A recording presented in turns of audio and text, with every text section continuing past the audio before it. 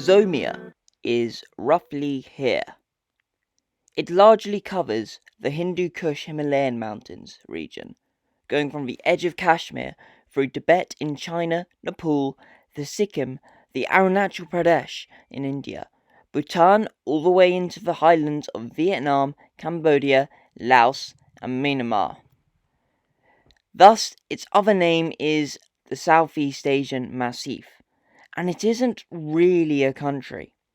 It is made of small subsistent grazing communities with many different cultures and anarchical familial ways of organising. It is referred to as a social space, where communities like the Bon community, an ancient religion predating Buddhism that was exiled by the Tibetan Empire in 800 AD, reside. When it comes to whether this is a safe space for anti-offensive language censorship or free speech, though, the jury is out. It is important to note they are simply refugees from society, and the constraints of states like taxes, regulations, globalization, etc. What the political philosopher Rousseau would say is the benefit of being in a state, or popular sovereignty, which is the links of society and ability to participate in the wider sovereignty through a social contract and civil rights, just isn't good enough. To clarify though, they are not anarchists. So if you've been keeping your hopes up to go on holiday throwing Molotov cocktails in Southeast Asia, I'm sorry to shatter your dreams. So what are the different types of anarchy around? They tend to be a lot simpler due to the smaller population, but they largely correlate to these ideologies we have in political theory. First, the ANCAPs, or Anarcho-Capitalism. It's much simpler, and instead of working on a neoliberal economy due to the size, it tends to be more of a bartering economy. But the same principles reside. It's basic capitalism and rough anarchy. Then you have Anarcho-Communism.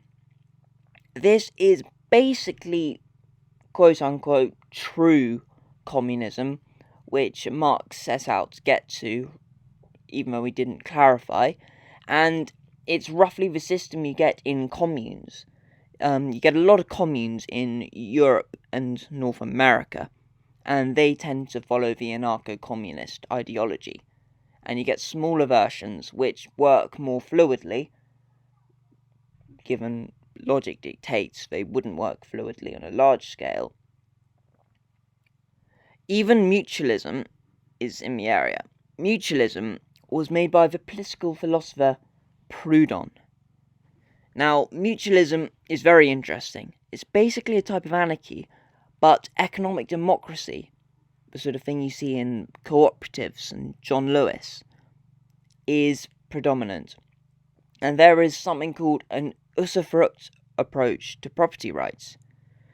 Usufruct property rights mean that you only own something, in the sense that we define owning, as long as it's in use. Upscaling this ideology to the real world, some companies like John Lewis and the Co-op do economic democracy, but others don't.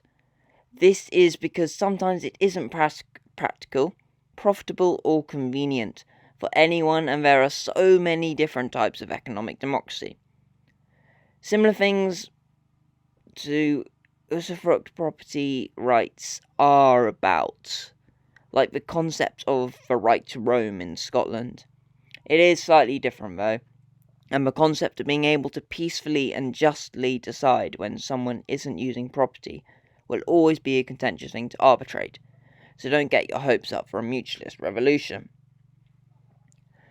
There are also many nomads who live in and around this area, and they practice an informal version of what we call in the West rotational holistic grazing.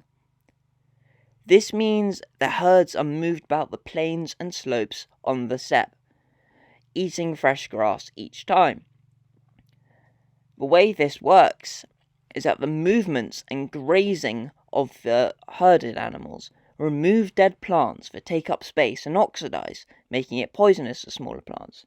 and their respiration, excretion contributes to the local ecological cycles and composts the ground. A year on, they'll often end up on the same plain they grazed at, but all the vegetation is lush and thick once again. Their way of life, though, is under threat. First, trans-Himalayan highways between China and India through Nepalese communities are being built to facilitate trade, which is good for many people, but equally it is bad for traditional communities as the indigenous culture is alleviated. The lack of indigenous schools forcing urban migration causes a very similar problem. The second and biggest threat, though, is China. They are militarizing the borders and erecting fences high in the mountains. The border was agreed on Nepal in 1960, and a fence was put up in the 90s, but wasn't enforced due to impracticalities and apparent pointlessness of such a feat. Until recently.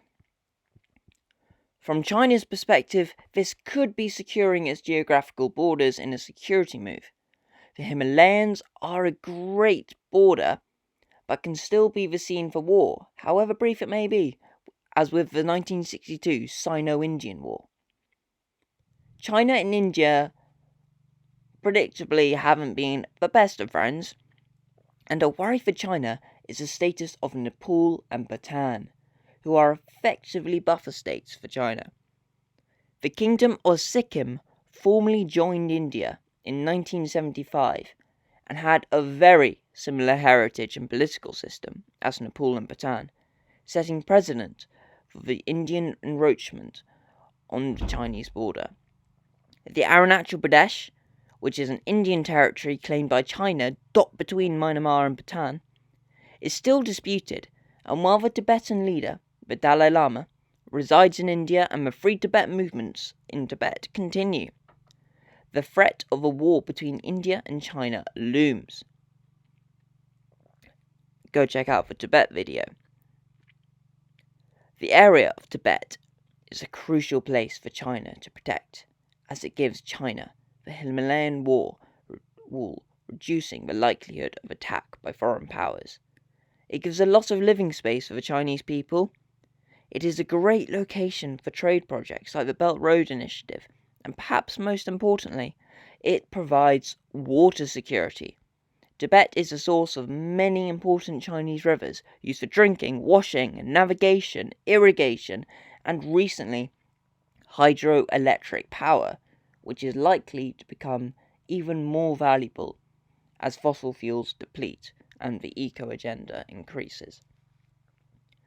Then, in the rest of Southeast Asian parts of Zomia, where it gets slightly flatter, although it is still quite mountainous given, there is more rainforest, but it's still a potentially vulnerable place for attack on the richest and most populated part of China, in case anyone starts a long war there, in somewhere like, I don't know, Vietnam. The aggressive nature of militarism of the border would imply this is less of an innocent security move by China, but rather China trying to cement regional hegemony. The dispute doesn't just end with China, though. India got involved, as the Defence Minister on May the 8th, 2020 announced a new 80-kilometre road in the Himalayas to connect with China through the Lipulekh Pass. The Nepali government protested immediately, and on June the 13th changed the boundaries to look like this.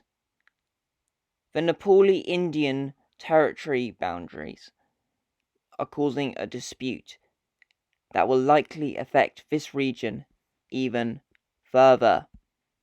In all, the Zomian culture and political systems are so diverse, it is hard to truly define where and what it is. The academic definition of Zomia is anywhere above 300 meters elevation in the Vietnamese Central Highlands to northeastern India. But I doubt an arbitrary, loosely defined definition drawn up by some boffins in a university is going to stop the anarchist cohorts anytime soon. The area and its cultures are under threat from Chinese expansion and security, while it is a looking glass for the world to see how sustainable anarchical systems really can work. Once again, we have a South Asian hotspot where local cultures are now struggling to thrive, and China has a huge stake in it.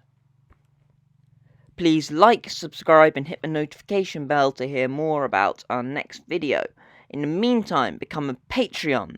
Go check out our Instagram and TikTok in the links below. If you have already done so, make sure you spread the word on Facebook, Twitter, Tinder. Tell the local town crier. Let them know what to do and what to watch.